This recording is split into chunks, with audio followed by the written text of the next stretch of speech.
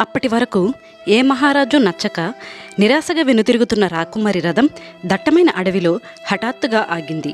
ఇంతకీ ఆ అడవిలో సావిత్రి మనసును దోచుకున్న ఆ అజ్ఞాత వ్యక్తి ఎవరు? అడవిలో కమ్ముకున్న పొగమంచు మెల్లగా తెలుగుపోతుండగా సావిత్రి కళ్ళ ముందు ఒక ఆశ్రమం కనిపించింది. ఆ ఆశ్రమం బయట ఒక యువకుడు శ్రద్ధగా కట్టెలు కొడుతున్నాడు.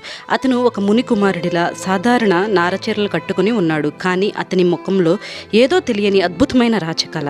అతని పరాక్రమం, ప్రశాంతమైన చూపులు సావిత్రిని కట్టిపడేశాయి. ఎంతోమంది పరాక్రమవంతులైన సిరి సంపదలు ఉన్న మహారాజులనే వద్దనుకున్న ఆ రాకుమారి మొదటి చూపులోనే అడవిలోని యువకుడికి తన మనస్సును అర్పించేసింది. అతనే తన భర్త అని ఖచ్చితంగా నిర్ణయించుకుంది. వెంటనే తన మంత్రుల ద్వారా అతని గురించి ఆరా తీసింది. అప్పుడు తెలిసిన నిజం ఏంటంటే అతని పేరు సత్యవంతుడు. అతను సామాన్యుడు కాదు. శత్రువుల కుట్ర వల్ల రాజ్యం కోల్పోయిన సాల్వా దేశపు రాకుమారుడే ఈ సత్యవంతుడు. అందులైన తన తల్లిదండ్రులకు సేవ చేసుకుంటూ ఆ అడవిలో అత్యంత పేదరికంలో అజ్ఞాతవాసంలో బతుకుతున్నాడు.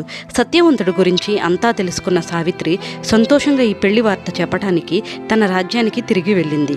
కానీ అక్కడే ఆమె కోసం ఒక భయంకరమైన నిజం ఎదురు చూస్తుంది.